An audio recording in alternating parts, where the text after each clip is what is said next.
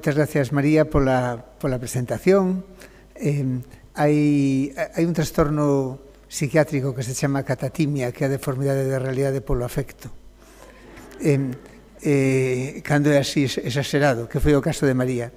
Son eu que lle teño que agradecer a ela todo o que está facendo pola psiquiatría, que sempre este traballando tanto, e eu sei particularmente que me tratara con tanto agarimo, porque gracias a ela puden comer algo. Pero isto é un día de tolos. Eu vou dar un tema moi complicado. Sí que non lle teño que agradecer que me invitara a dalo, porque non estou seguro que sea capaz de contalo ben. Vou intentalo. E a verdad que tamén veume moi ben que me invitara para ler cousas novas que se publicaron neste tema, que vos quero resumir. Pero sobre todo quero darvos conceptos claros de que ten que ver a xenética, as condutas aditivas, e para que sirve analizar ese componente xenético das condutas aditivas, pero dos trastornos psiquiátricos en xeral. E por iso, como sei que hai xente que entende moito, xente que non entende tanto, pero a xenética sempre asusta, porque son palabras raras, vou dicir primeiro dúas cousas para que se entenda ben sempre para todo o mundo. Todo o que o noso ADN é un libro de instruccións. Un libro de instruccións que definen como somos físicamente, o funcionamento do noso corpo. É un libro grande. O ADN humano é un libro que ten 3.300 millóns de letras, que máis ou menos sería, aquí teño a Torre de Hércules, pero como a Catedral de Santiago. A verdade é que é un libro en 23 tomos, e que todos sabedes que está escrito dunha maneira moi sinxela, con un vocabulario de 4 letras que son a, T, A, C, A, G. Non teño tampouco que decir que as palabras do libro son de 3 letras, porque son aminoácidos que, a fin de contas, son as palabras que codifican todas esas instruccións. Chamámoslle xenes as instruccións concretas. No xenoma humano temos 22.000, aproximadamente 22.000 instruccións. Un xen pode facer máis dunha función, e pode tamén funcionar nun órgano determinado ou en máis dun órgano do corpo. Non sempre funcionan toda a vida, e algunhas veces está completamente reprimida a súa función. A iso lle chamamos regulación.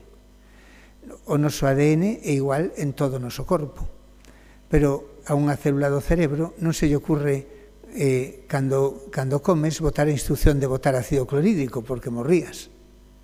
Esa ten esa instrucción reprimida. Hai moitas cousas de neurodesenvolvimento que nada máis que funcionan días ou meses na vida intrauterina e logo deixan de funcionar, quedan reprimidos. O ADN xa sabedes tamén que é unha molécula que é como dous fíos enrollados. Sempre conto, pero convén recordalo, que é o sinónimo biolóxico de vida. Todo que ten vida ten ADN ou unha molécula parecida que todos coñecedes, e máis despois do coronavirus, que é o ARN.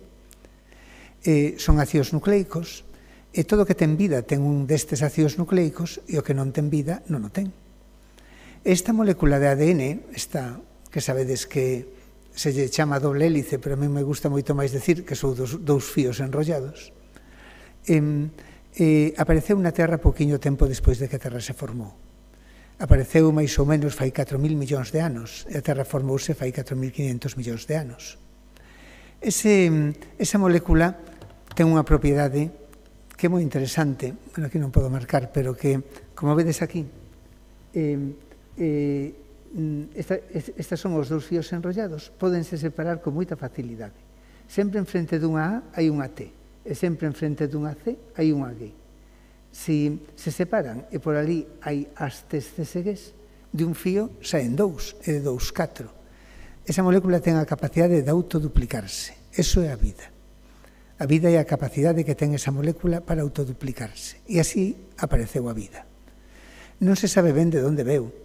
Hai xente que pensa que veu de fora da Terra, porque é probable que aparecera na auga, e moita da auga da Terra é probable que viñera de fora. Outra xente pensa que se formou aquí, e que os que andan buscando vida parecida da Terra fora da Terra perden o tempo.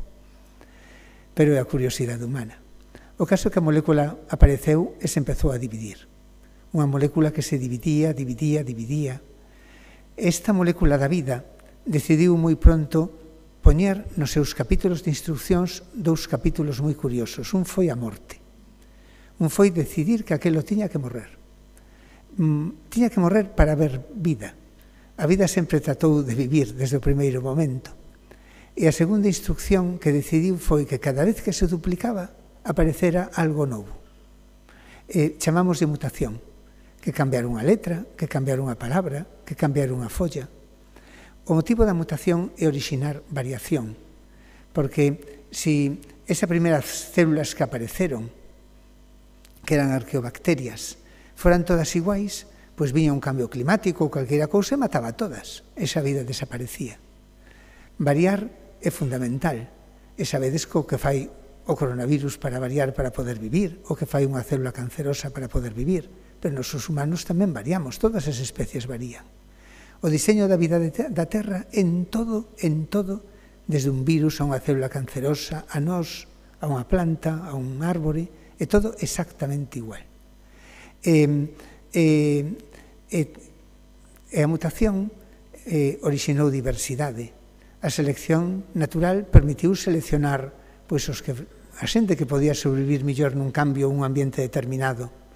E tamén outro fenómeno que se chama variación xenética ao azar profundizou nesa diversidade. E así foi a evolución. Foi isto polo que, a partir desa primeira molécula, apareceu toda a diversidade de vida que vedes na Terra e toda a que se perdeu e toda a que nos rodea. E se pensades na vida na Terra como estes 4.000 millóns de anos nun día, o ser humano leva aquí menos do último minuto. Aparecimos en África fai 200.000 anos, somos primates, xa non estamos suxetos a esa lei de selección física, senón a fenómenos de outro tipo de selección cultural. Aparecimos fai 200.000 anos en África, chegamos a Europa fai 60.000, 50.000, a Asia un poquinho máis antes. Ali misturámonos un pouco con outros humanos que había nestes sitios, o Neandertal, que estaba en Europa, o denisovano, que estaba en Asia, de modo que o noso xenoma ten un 2 ou 3% dos que estamos aquí de xenoma neandertal, que nos enriqueceu un pouco. Sempre me gusta recordar, antes de entrar en materia, reflexionar un pouco sobre como é a nosa especie, porque non me gusta ser non son nada antropocentrista. É unha especie de moito éxito biolóxico. En bioloxía, o éxito biolóxico é o éxito reproductivo. Evidentemente, somos moitos. De cando en vez matámonos uns a outros, facemos guerras. Non está de todo seguro que non consigamos exterminarnos pronto, pero isto de que teñamos tanto éxito reproductivo non nos teña que encher de orgullo, porque tamén os coronavirus teñen moitísimo éxito reproductivo. O éxito reproductivo, sin embargo, da especie humana é un éxito curioso que se debe á súa ventaxa de unha serie de habilidades que adquiriu. Xa vos digo que non é ningunha cousa, foron adquiríndose. As ratas tamén teñen moitísimo éxito reproductivo. Pero que foi isto? Primeiro, falamos. Isto foron unha serie de mutacións que nos permitiu articular en xenes como FOXP2, xenes que moitas veces en rapaces que teñen problemas de comunicación están mutados. Pero isto deu-nos unha ventaxa tremenda. Non hai ningunha especie que comunique tan ben como nós, pero non somos os únicos. Hai especies que comunican moi ben, os delfínidos, outras moitas especies. Somos curiosos e creativos, preguntámonos o porqué das cousas, preguntámonos o porqué hai adicións, porqué hai xente que ten miopía, porqué de todo tipo. É unha pregunta continua. Estimulounos isto a creatividade, que tamén o fixo o disfrute unha outra propiedade moi humana que o disfrute da beleza, pero tampouco somos os únicos, nin tan siquiera do xogo. Os delfíns xogan, as gaivotas xogan, moitísimos animales o fan. Temos risa, outras especies a teñen, non tan social como nós. Temos para o pouco tempo que levamos na Terra, en cambio, unha enorme diversidade de emocións, de comportamentos, e unha riqueza espectacular no que son este tipo de cuestións. Hai xente concentrada, xente máis adicta, xente menos adicta, xente máis alegre, xente máis seria, xente máis empática, xente que non.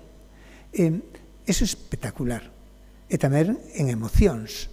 Temos tantas emocións, tantas, que os emoticonos que inventamos quedanse habitualmente cortos para describir cal é o noso estado de ánimo. Todo isto ven así porque tivemos un desenvolvemento enorme do sistema central, do sistema nervioso central. Desos 22.000 xenes que vos contaba, máis de 14.000 codifican para o sistema nervioso central. No ser humano, evidentemente, é tremendamente importante. Con todo isto que vos conto non é para nada distintivo da vida na Terra, nin tan siquiera de especies fora dos primates. Todas teñen o menor ou maior grado. Únicamente hai unha cousa diferencial, que a única especie, seguramente pasaba tamén tiñan, igual que os humanos, que Homo sapiens, o Neandertal e o denisovano, pero a única especie que ten sentido da trascendencia. É a única que se pregunta que hai máis alá da morte. Eso permitirnos desenvolver as religións, as filosofías, dotarnos de marcos de comportamento, de pensar que hai cousas ben ou mal, de poder definir pautas de organización social, de que aparecer o dereito, os dereitos humanos, que seguramente é o que todos identificamos como progreso. Isto sí que é o verdadeiramente diferencial. En todo isto esta riqueza fai que teñamos tamén moita variabilidade que é moi curiosa e que a veces tamén depende de poboacións.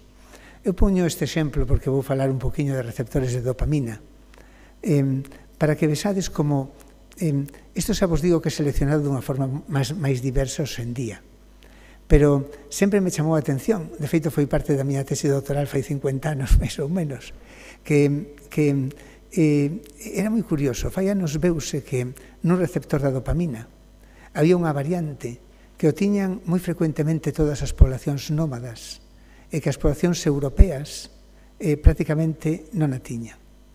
Chamouse o xen do novelty seeking, da búsqueda da novedade. Hoy día sabemos que é uns dos xenes que está moi relacionado co TDAH, porque eran cousas necesarias para esas poboacións que non podían permanecer sedentarias, tiñan que estar probando, andando, mirando. É unha naturaleza moi humana que lles facía sobrevivir. Pero estou falando de xenes, evidentemente somos xenes e somos ambiente.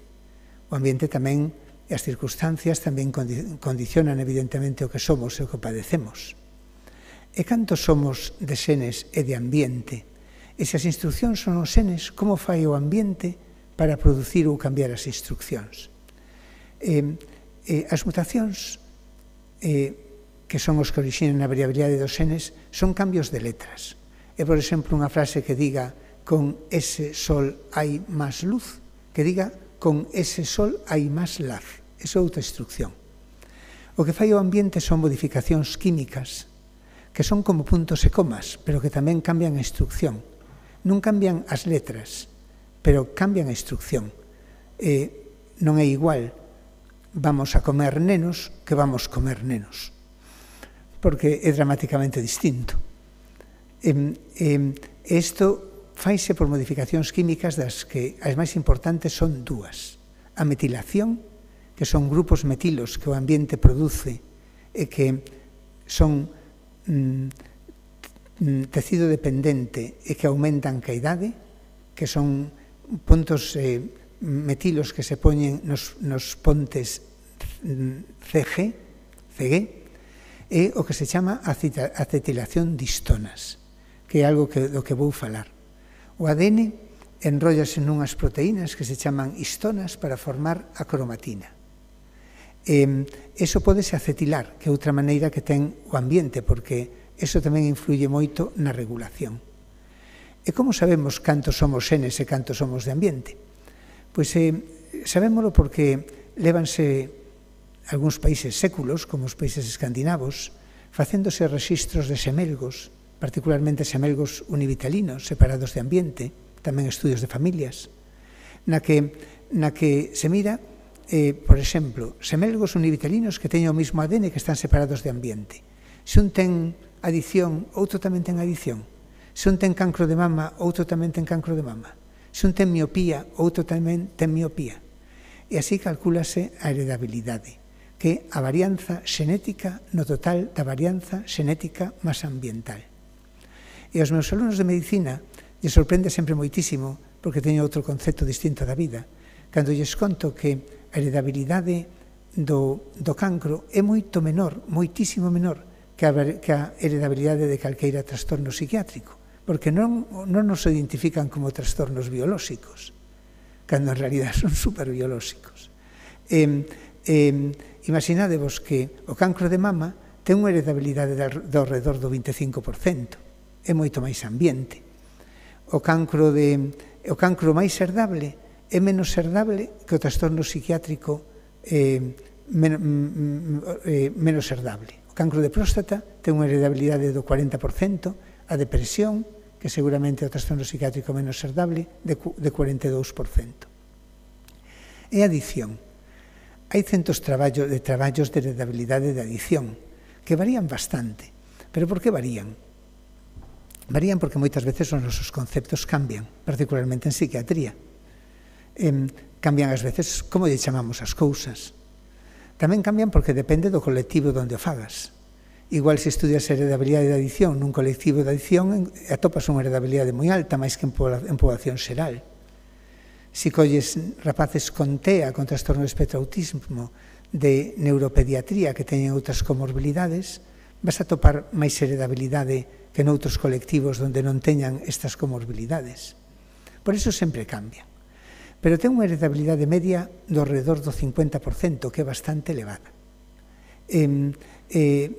Isto que vedes aquí, hai moitísimos traballos, ven por grupos, pero sempre que miredes heredabilidade, tomad eso como entre comillas, tomad eso como, decir, isto é unha estima, máis ou menos, porque varía.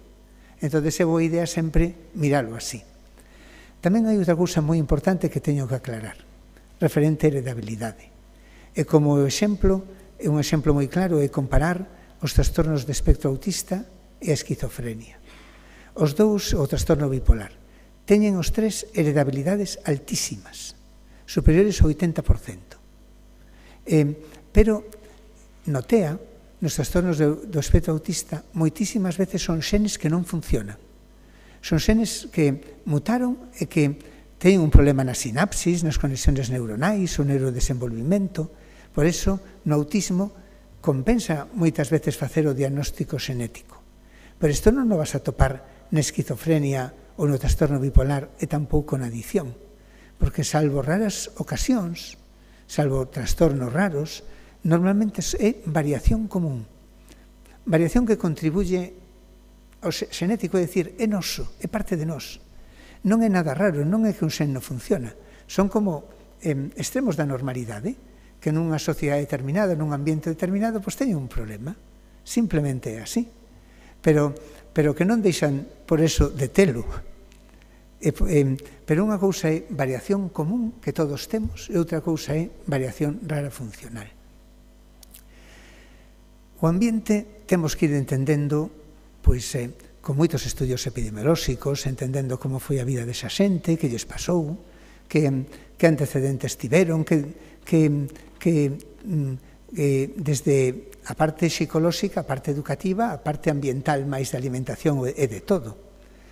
A parte xenética é do que vou falar, porque é do que sei un pouco, desto non moito, a verdade. Pero por que é importante coñecela? É importante porque, en xeral, importa moito saber que hai detrás, para poder persoalizar tratamentos. Isto é importantísimo que chamamos medicina persoalizada. Temos que dividir a enfermedade en grupos ou polo menos en grupos tratables. Vou tratar de explicar. Non hai unha adición, hai moitas adicións. Moitas veces igual o de menos é a adición a unha sustancia, senón moitos subgrupos de adicións por causas distintas. Non hai unha esquizofrenia, hai moitas esquizofrenias. Causas nada máis que xenéticas de autismo, hai máis de 150. Son moitas cousas. Por que é importante identificalas? Imaginadevos que pensedes que a fiebre é unha enfermedade e non un síntoma, e que tratades todas as fiebres con un antibiótico de amplo espectro, pensando que é unha cousa que produce unha infección. A fiebre pode producila miles de cousas máis, unha reacción inmunolóxica, un traumatismo, os psiquiatras vedes hipertermias malignas, hai moitísimas causas de fiebre. Se identificades unha cousa como a outra e tratades a fiebre toda con un antibiótico de amplo espectro, a vosa eficacia terapéutica nunca pasará do 20%. Fagades o que fagades.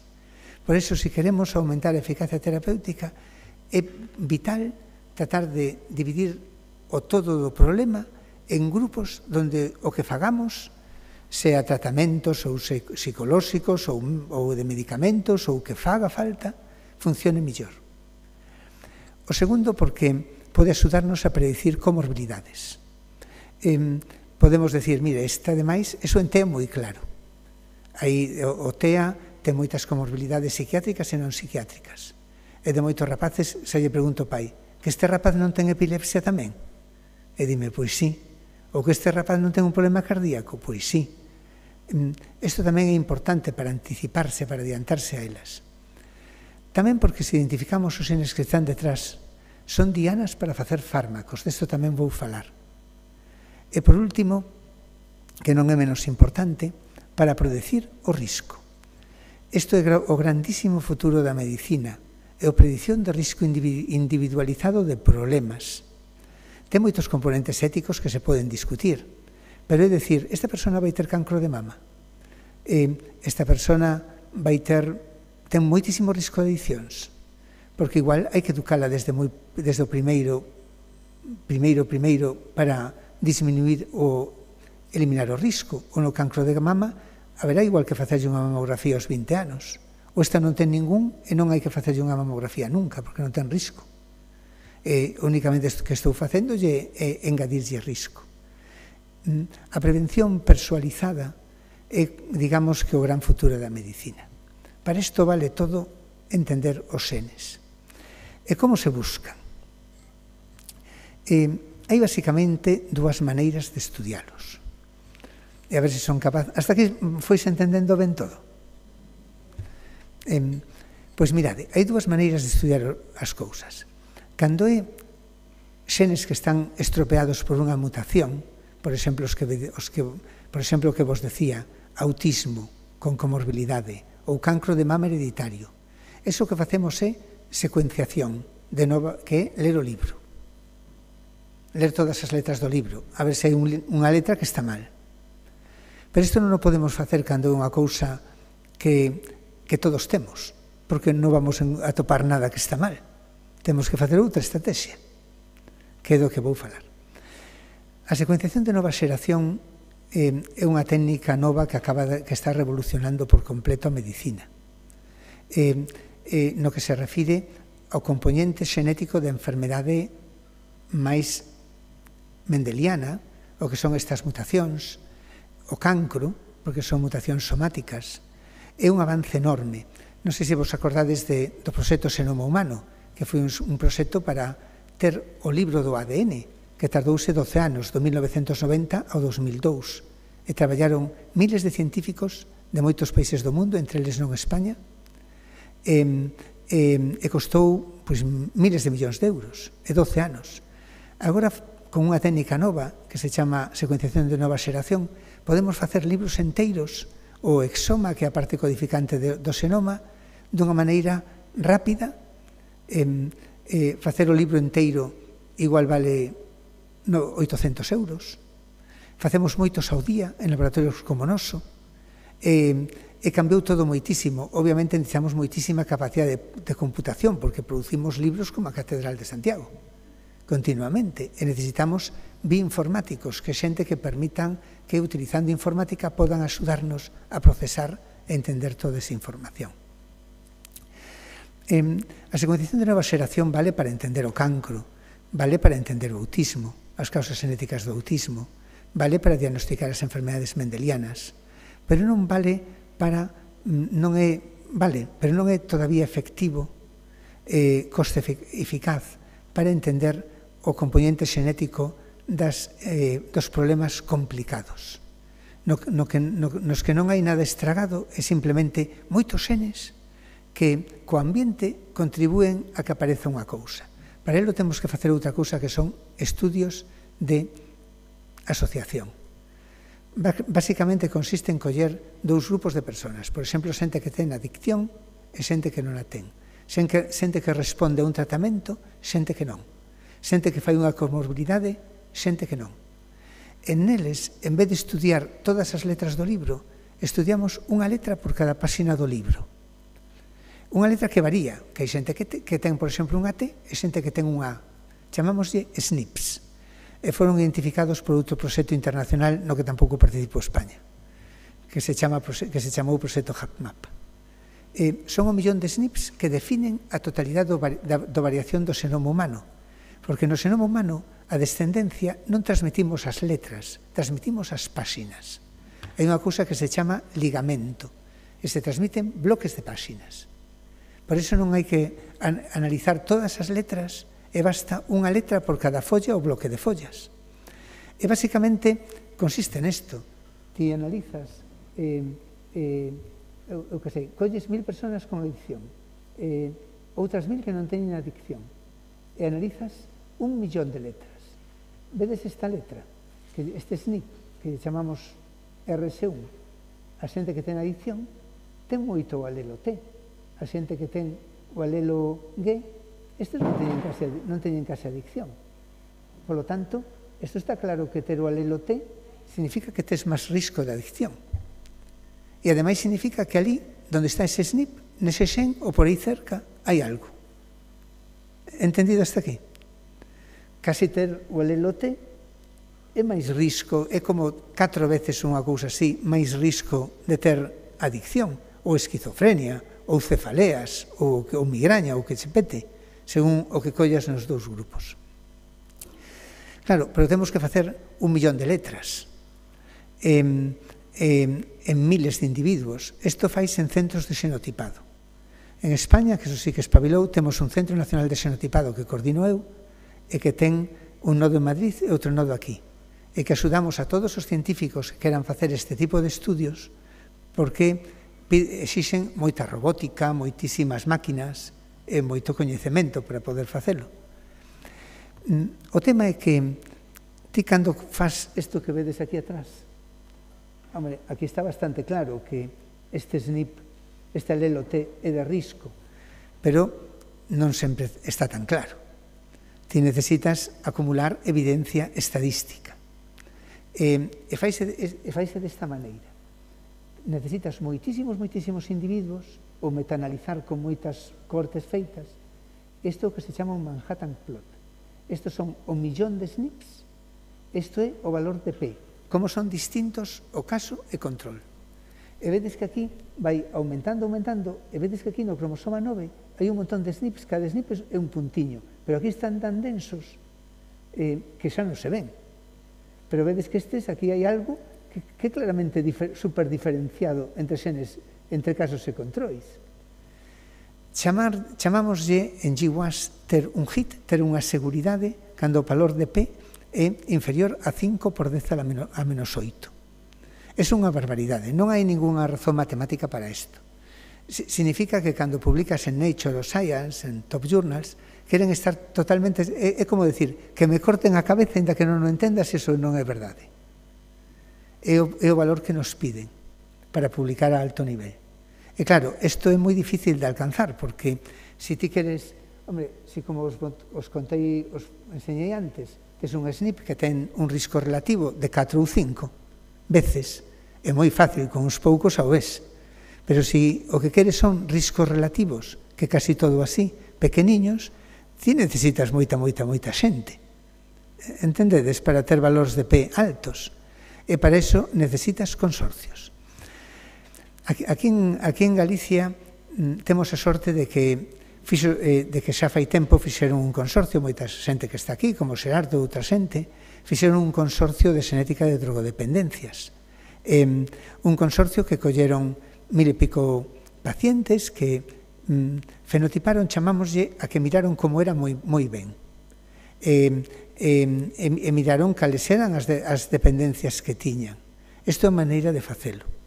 No mundo hai moitísimos consorcios que normalmente están integrados en consorcios máis grandes. O máis grande de todos os consorcios de psiquiatría chámase o PGC, que seguramente é un dos esforzos internacionais médicos máis importantes da historia da humanidade.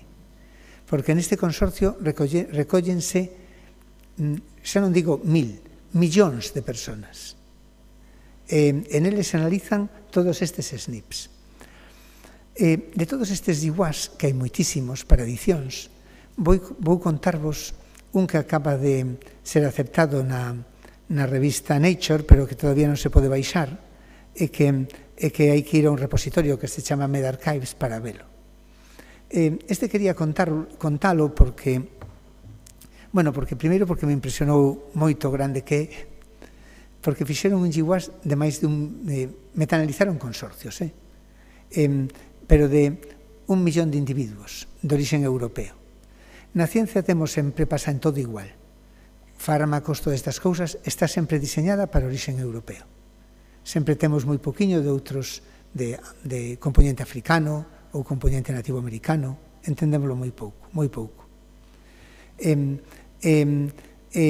atoparon, xa o veredes agora, 19 xenes que estamos seguros que están relacionados ca adición, porque ten valores de P enormes e se replican en todas as series.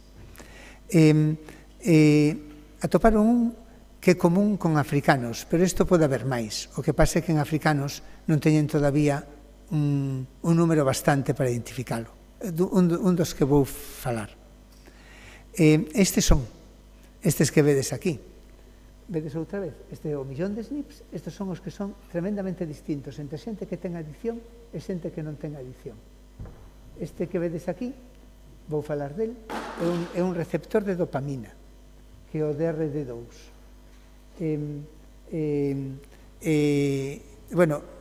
Cada xente é unha historia. Este é alcohol deshidroxenasa, este que vedes aquí. Cada xente é unha historia, pero non podo contar todas as historias. Pero, por iso, vou falar das cousas máis importantes que atoparon. Un que o xen máis involucrado na adición é o DRD2. Curiosamente, non é o xen en concreto el, senón a súa relación ca cromatina. Isto é importante. Acordádevos que a cromatina é onde se enrolla o ADN, o ADN se enrolla nas histonas para formar a cromatina.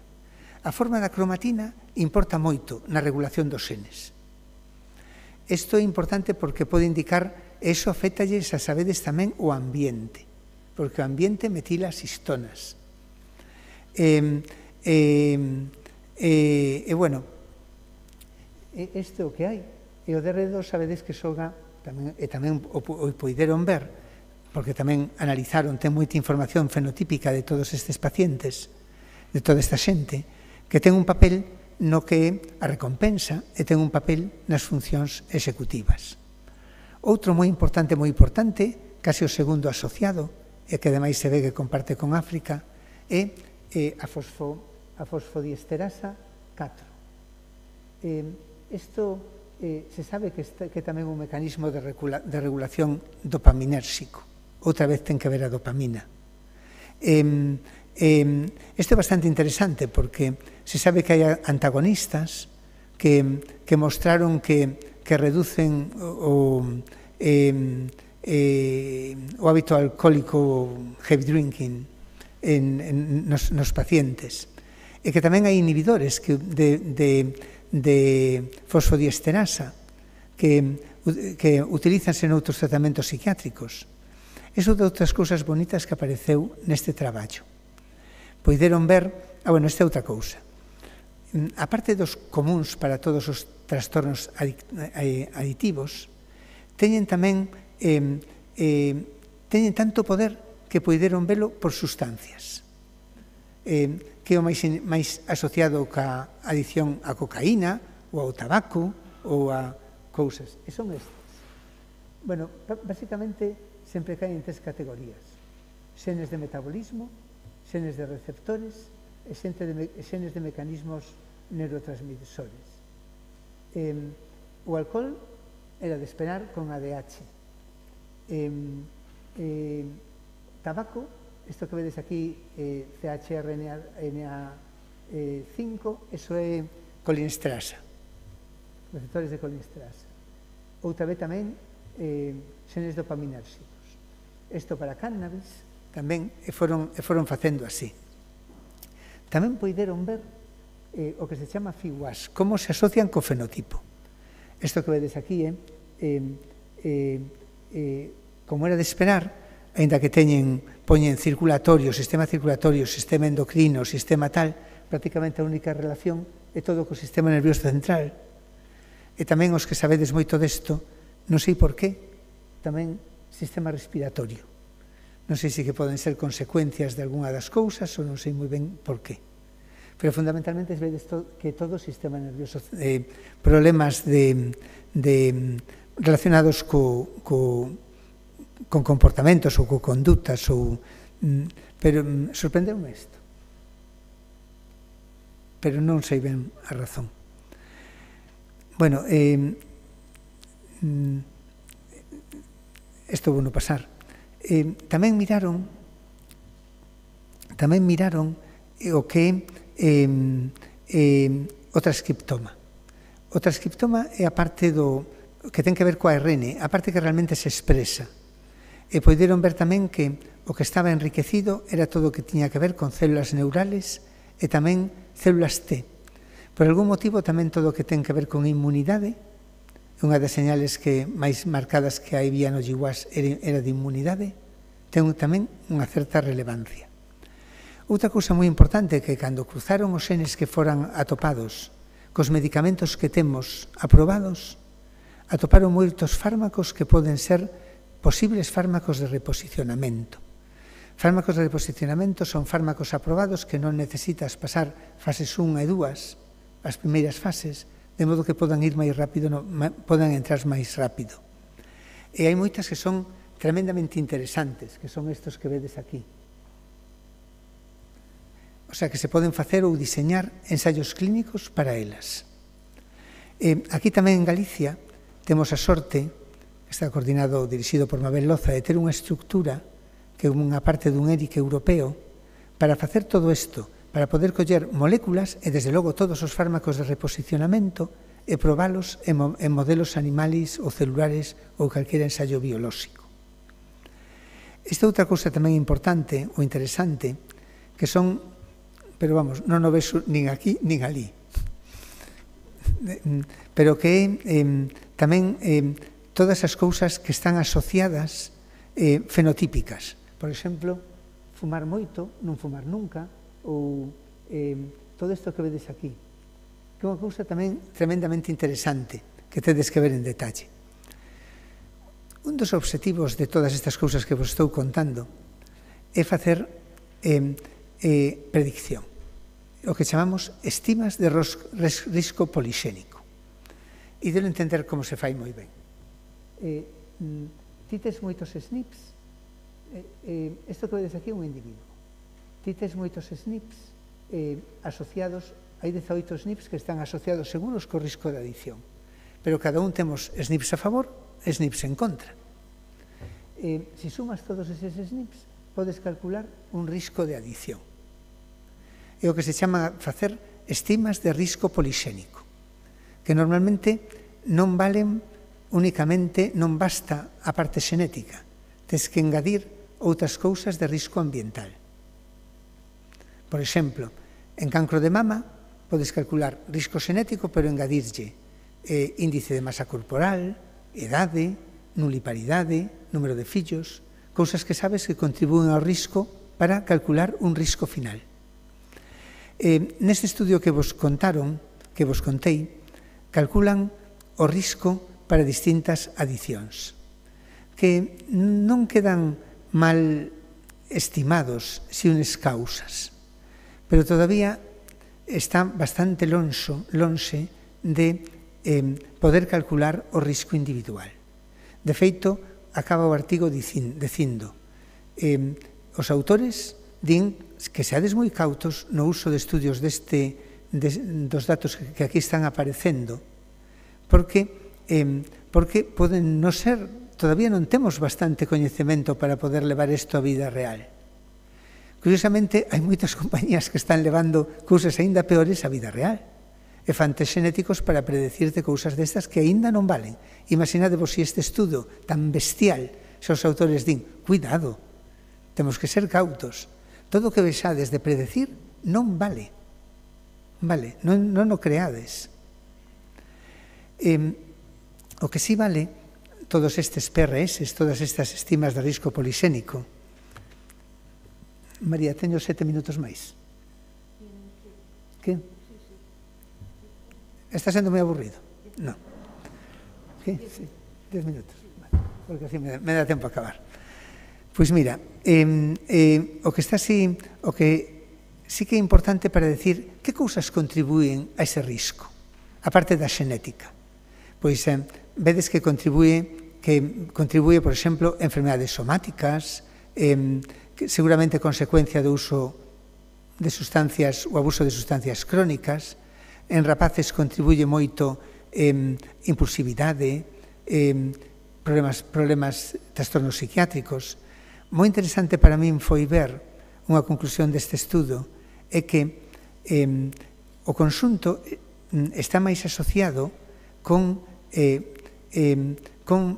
fármacos que teñen que ver con ansiedade, con depresión, que con os trastornos psiquiátricos por eles mesmos. Isto indica que moi posiblemente a correlación que hai entre estas cousas pode ser parcialmente atribuible a predisposición para usar destas sustancias para aliviar os problemas que teñen. As estimas de risco polixénico poden ser tamén utilizadas para ver o risco compartido entre problemas. Comparten base xenética. Nesto, a verdade é que o noso grupo de Xavi Costas e todo o grupo que os comentei aquí en Galicia están facendo un traballo extraordinario, calculando cal é o risco polixénico compartido. Por exemplo, nun traballo que publicaron, viron que é moi importante o risco xenético compartido entre adicción e esquizofrenia, pero moito menos con outros problemas psiquiátricos. E tamén noutro traballo que publicaron, xa que é parte da tesis de Fernando Facal, porque non teñen moitos casos, pero os teñen moi ben caracterizados e moi ben estudados. Entón, veron tamén cal era a relación do risco polixénico con todos os problemas psiquiátricos que lle chaman factor psicopatolóxico, o alto consumo de alcohol e dependencia ao alcohol, e tamén cando fixeron un análisis de componentes principales. Outra vez aparecen todos estes, mood disorders, depresión e todo isto, prácticamente nada TOC, trastorno obsesivo compulsivo.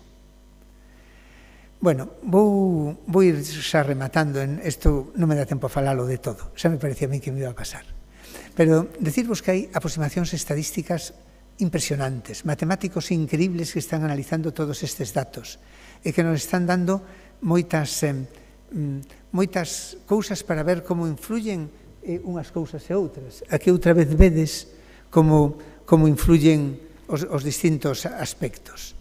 E desto non vou falar. Decirvos que non son os únicos modelos. Temos tamén modelos animais. Hai ratóns transxénicos e hasta peixes transxénicos. Nos facemos peixes cebras como churros, que lle podes quitar o receptor a dopamina, ou de 3 ou de 4, e ver que lles pasa. Isto é unha cousa que se pode facer. Temos modelos onde podemos ensayar fármacos e onde tamén podemos mirar incluso ver como se deprivan ou ver como responden a unha terapia de sustitución. Todo isto podémoslo facer. Para ir rematando, decirvos que falei de xenómica, non falei de ambiente, pero evidentemente somos xenes e somos ambiente.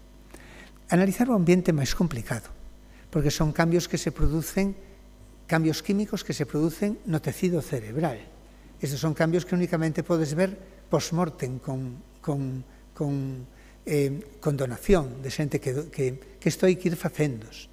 Mentres moitas veces tens que utilizar outras células, pero sabes que non é igual, porque seguramente non é igual nin tan siquiera nos tipos celulares.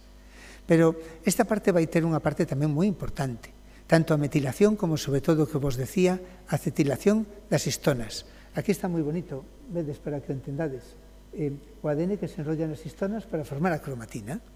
Iso é o que se acetila. E aquí ten que ter un papel moi importante. E tamén hai fármacos de reposicionamento que poden ser interesantísimos. Decirvos que isto vai ir deprisísima, ademais, porque toda Europa, España en concreto, está apostando pola medicina persoalizada. E aquí os trastornos psiquiátricos e as adiccións en particular, os problemas que temos todos, van a ter unha parte moi importante. Este programa, que se chama IMPACT, a parte española, é unha gran estructura que acaba de ser lanzada, que ten, por unha parte, unha cohorte nacional de 200.000 personas con seguimento, que se vai analizar de todo e se lle vai seguir, que médicamente todo, vais a pasar cuestionarios psiquiátricos, vais a saber se teñen adicción, como lles vai, que medicamentos toman, vais a lle facer imaxen e vais a lle facer análisis xenómicos.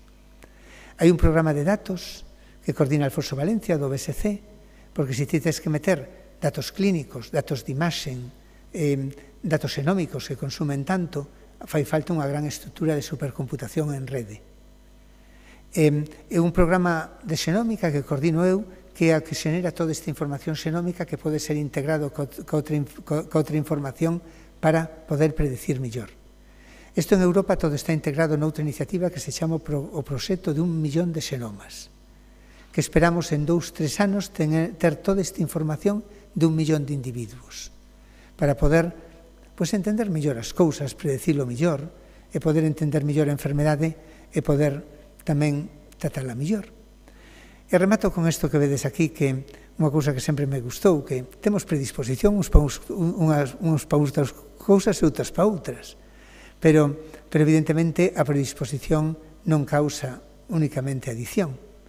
Tes o fusil cargado, pero é o ambiente o que dispara o gatillo. E por iso todo o resto das medidas preventivas e todo o que se faga é importante por elo tratar todo isto como estades facendo aquí dunha forma moi multidisciplinar, absolutamente de todo, porque a vida é multidisciplinar e os problemas son así. Con isto quería rematar, sin máis, pois, este é o meu grupo, este son eu que teño que ir calando, que senón María di que este pásase moito, e daros outras veces as gracias a María en particular e a todos os que estades organizando isto, que estades traballando tanto en beneficio de xente que está sufrindo. Porque moitas veces eu sempre dixen, penso que o que trastorno, o que é un problema, está mal definido. Os libros de medicina é horrible, porque eu penso nada máis que unha enfermedade, un trastorno, non é nada máis que un problema polo cual un individuo sufre ou fai sufrir o que lles rodea, porque moitas veces non é consciente do seu propio sufrimento. Eso sempre ten bases biolóxicas e bases que non o son, e que hai que entendelos para intentar que esta xente poda ser máis feliz. Isto é o tema. Nada máis.